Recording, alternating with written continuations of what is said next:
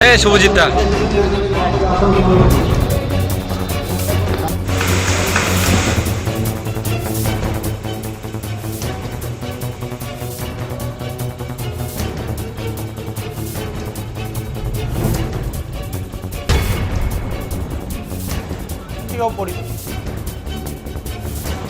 CNG বাস পরিষেবা চালু করল উত্তরবঙ্গ রাষ্ট্রীয় পরিবহন সংস্থা। উত্তরবঙ্গ রাষ্ট্রীয় পরিবহন সংস্থার মুকুটে নতুন সংযোজন, চালু হলো সিএনজি বাস পরিষেবা। সোমবার উত্তরবঙ্গ রাষ্ট্রীয় পরিবহন সংস্থার সেন্ট্রাল বাস টার্মিনাস থেকে এই পরিষেবার শুভ সূচনা করেন উত্তরবঙ্গ রাষ্ট্রীয় পরিবহন সংস্থার চেয়ারম্যান পার্থপ্রতিম রায়। সংস্থার পক্ষ থেকে জানানো হয়, মোট 30টি সিএনজি বাস চালু করবে উত্তরবঙ্গ রাষ্ট্রীয় পরিবহন সংস্থা।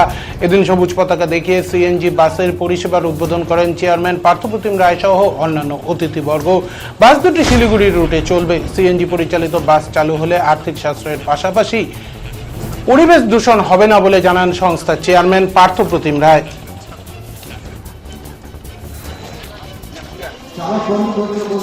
উত্তরবঙ্গ রাষ্ট্রীয় পরিবহন সংস্থার মুকুটে নতুন সংযোজিত হলো পালক। পথ চলা শুরু করলো পরিবেশ বান্ধব দুটি সিএনজি বাস। সোমবার সংস্থার কোচবিহার কেন্দ্রীয় বাস টার্মিনাস থেকে আনুষ্ঠানিকভাবে এই দুটি বাসের উদ্বোধন করেন উত্তরবঙ্গ রাষ্ট্রীয় পরিবহন সংস্থার চেয়ারম্যান পার্থপ্রতিম রায়। প্রথম অবস্থায় কোচবিহার শিলিগুড়ি এবং শিলিগুড়ি কোচবিহার রুটে চলবে এই দুটি বাস।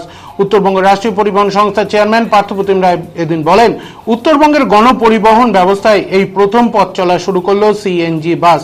এই বাস কেনা বাবদ প্রায় 13 লক্ষ টাকা বরাদ্দ পেয়েছিল এনবিএসটিসি। এই টাকা দিয়ে 30টি সিএনজি বাস কেনা হচ্ছে। এর মধ্যে দুটি বাস ইতিমধ্যে এসে পৌঁছেছে এবং আজ থেকে তার পথ চলা শুরু হলো। বাকি 28টি বাস কিছুদিনের মধ্যেই চলে আসবে। এক একটি বাস কিনতে খরচ হয়েছে প্রায় 44 লক্ষ টাকা। তিনি বলেন, ডিজেল চালিত বাসে যে জ্বালানি খরচ হয় তার থেকে খরচ অনেকটাই কম এই সিএনজি বাসের।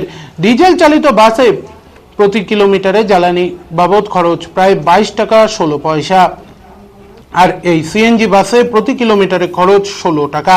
আগামীতে গোটা কোচবিহার জুড়ে যখন গ্যাসের লাইন চালু হবে তখন আরো 2 টাকা খরচ কম হবে কিলোমিটার প্রতি, যা উত্তরবঙ্গ রাষ্ট্রীয় পরিবহন সংস্থার ক্ষেত্রে অনেকটাই সাশ্রয়ের।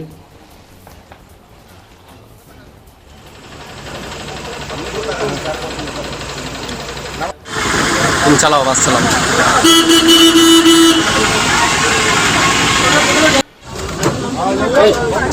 সকলে পিছনে যান, খালি আছে যান।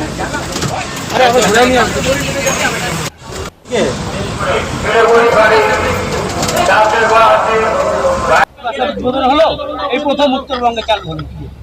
আসলে সিএনজি বাস পরিষেবা উত্তরবঙ্গে গণপরিবহনের ক্ষেত্রে আমরাই প্রথম চালু করলাম।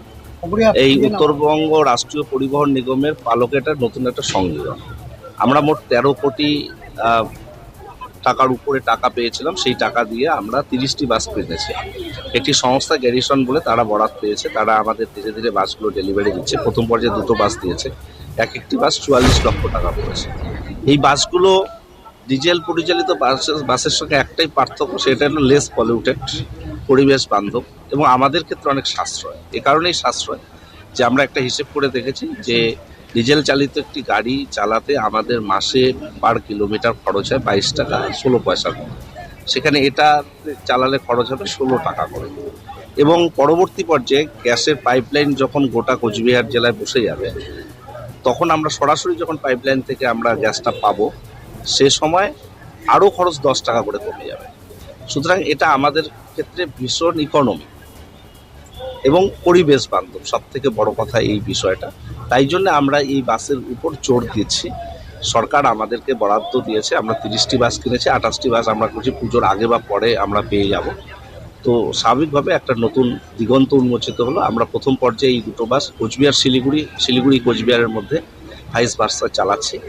যখন 28টি বাস এক ব্লকে এসে পৌঁছবে তখন আমরা বিভিন্ন রুটগুলো চিহ্নিত করবো এবং বাস চালাবো।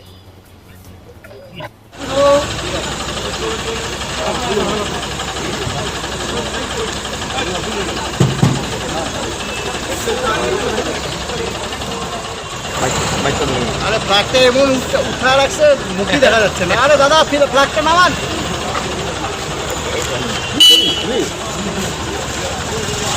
চল